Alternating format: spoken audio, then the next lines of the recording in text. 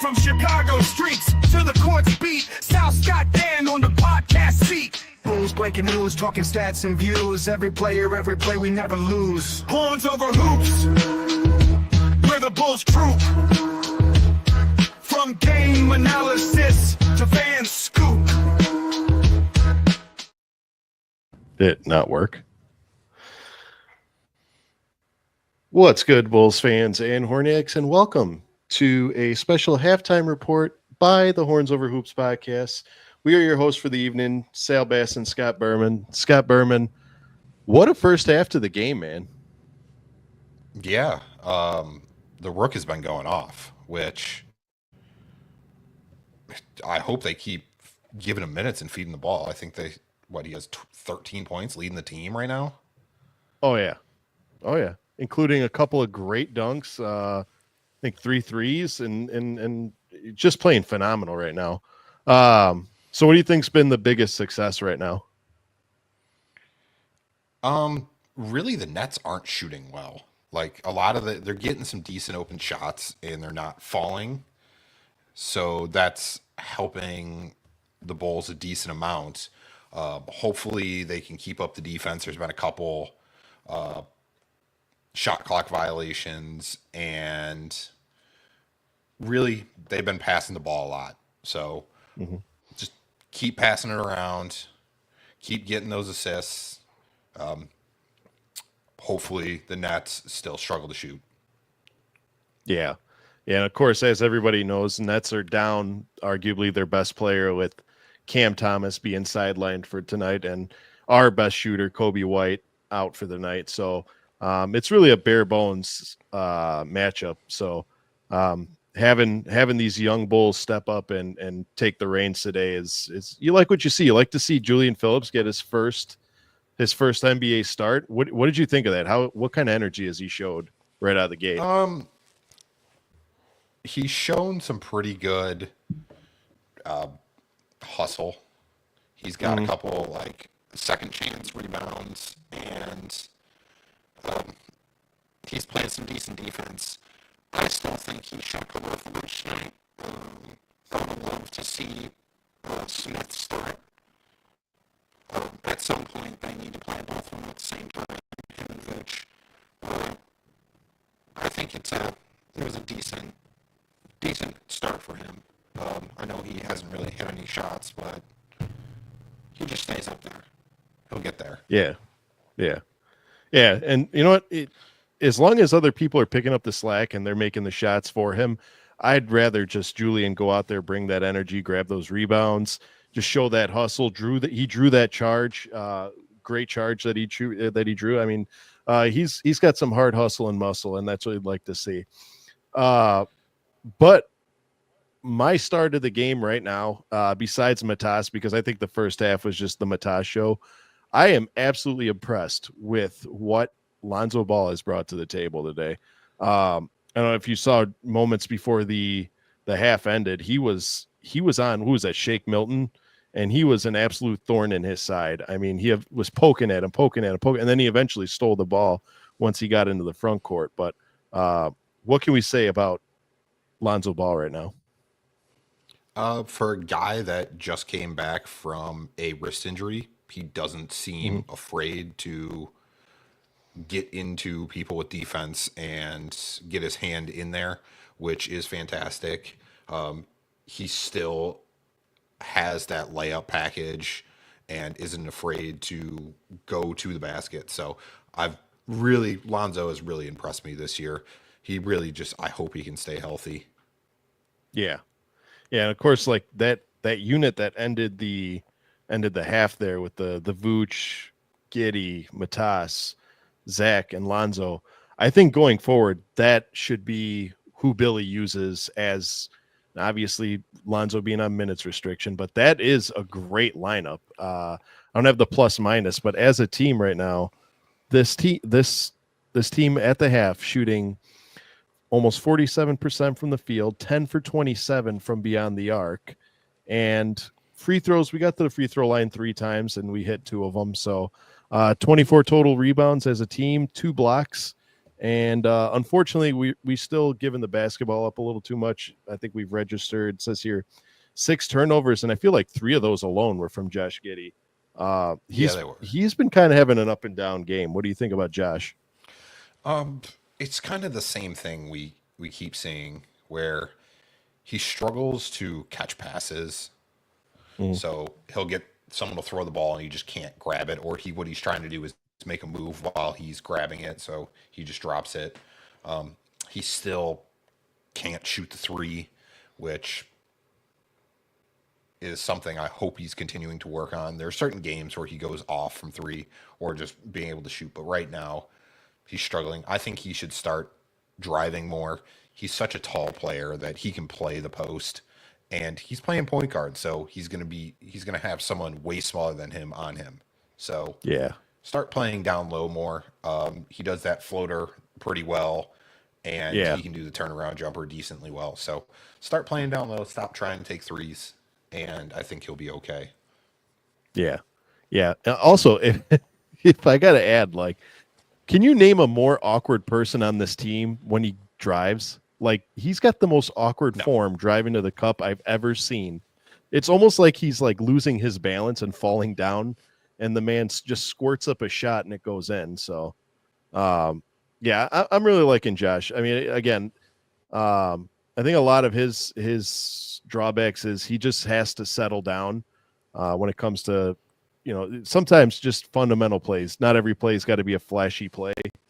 Sometimes just instead of threading the needle, just find the open pass. That being said, that behind the back pass to who was that, Sticks or Vooch, I really would have liked for them to complete that one because that was just such a dirty pass. So, and real quick, and chat, you guys can drop it down if you see it. Let us know if you hear this too. Is anyone else hearing that annoying, like high-pitched ringing sound coming in from the broadcast? Like it's almost deafening to your ears. Scott, I know you heard it because you said you had to switch streams. I didn't switch streams. I just muted it, which is unfortunate because I obviously want to hear what Stacy and Adam are saying, but it's some sort of feedback from, I think, one of the the headsets. Yeah, but I was on the Bulls subreddit and everybody was complaining about it, so it's not just us. No, yeah. I mean, that was the first. I didn't notice it until you said it, and then as soon as you said something, that's all I could hear was that obnoxious high pitch. It's a wee. Yep. So Dan didn't hear it. Dan couldn't hear it. Yeah, Dan, he's an old ass bitch, so he can't hear it. But on to the second half. What do you think is going to be our keys to success in the second half? Really, I think Zach needs to start taking more shots. I think he has the second most shots on the team with 8. So he's not really taking the game over. He's kind of just there. I expect him to start taking a little bit more of the ball and scoring a bit. Keep feeding Vooch down low, and he'll pop open for a wide open 3 randomly and then hit like 3 in a row. So keep feeding Zach and Vooch, and I think we'll be okay. Io, keep driving. I would rather see you drive than shoot a 3. You're way better layup player or driver than a shooter right now. So keep doing that. Just keep up on defense too. This isn't a good Nets team. So this is a team that we could easily beat. So just keep up the pressure. Zach has been ball watching on defense, which is leaving people open. So he just needs to be a little bit more focused. Yeah. I think those are all great keys. I think it's the same thing as I have the same keys as you. Here's the thing, like their best player is out of the game. It's time that the Bulls just relax, not play down to the competition, and just play fundamental basketball. At this point of the season, we've played 20 games. We know what we can accomplish as a team. We know our strengths. We know our weaknesses. Let's just play off of them. Okay. I don't want us to play down to competition. I want us to play to our full potential for the second half. And that means hustle, grabbing rebounds, limiting turnovers, hitting open shots, not passing up open shots, and more importantly, not that they've done it this game, but not passing up open layups to settle for a 3-point shot. That's one. Yeah, exactly. And that's something the Bulls have been doing all year. Well, they'll go in for a layup, pass it out for a 3, and yeah, sometimes they make it, but sometimes they miss it. But sometimes just take the easy shot, take the easy points. For whatever reason, the Nets have our number this year. I mean, they blew us away last game, and they're playing us very hard today, despite being down their best player. So it's going to be an interesting second half. Before we dip out of here, who do you see? Who do you think wins this game? I think the Bulls could easily win this game. And I don't think it'll be a blowout. I think it'll end up winning by 6. Really? You think it's going to be that close? Yeah. It's Billy doesn't know how to run the fun teams. So I wouldn't be surprised if Buzelis is benched for a decent amount of the second half for no reason. So we'll see. But I think we win by like 6. Okay. Yeah, that's not bad. I'm gonna say today is gonna be a game where I think we win by over 10. I think we're gonna look at what we got. It's 56-50 at halftime. I'm gonna say Bulls put up 115 to the Brooklyn Nets 102. 115-102. I'm gonna say final score. I'm gonna say leading scorer will be Zach with 27. And I'm going to say Vooch is going to end up with 14 rebounds. Who do you think is going to be the leading scorer? I think Vooch will probably end up being the leading scorer. Zach is struggling shooting right now. So if he can't get out of his slump, that's going to be an issue.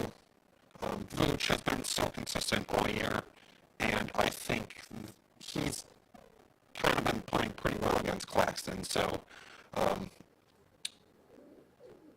I think he'll end up with being leading scorer, and then it'll be 113, 107 Bulls.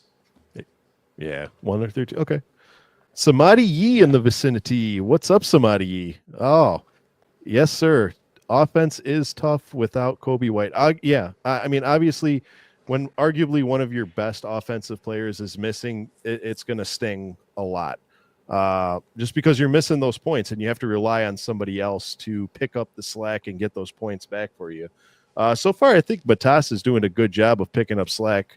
And honestly, just as a team, they're playing fantastic. I mean, the turnovers aren't even that high. I mean, they got 6. So, but as a whole, they're playing well offensively and they're playing well defensively, despite beating down their best player, or their best scorer for that matter. What do you think, Scott?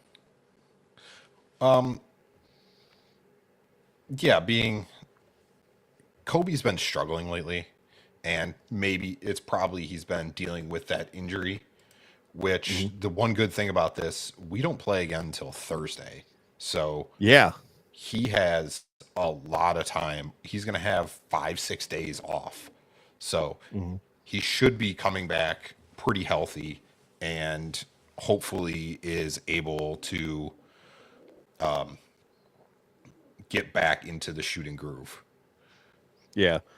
And we are playing a tough matchup on Thursday. We're playing playing Victor Wembanyama and the Spurs. So his offense is going to be needed that game. So, and they're 11-9.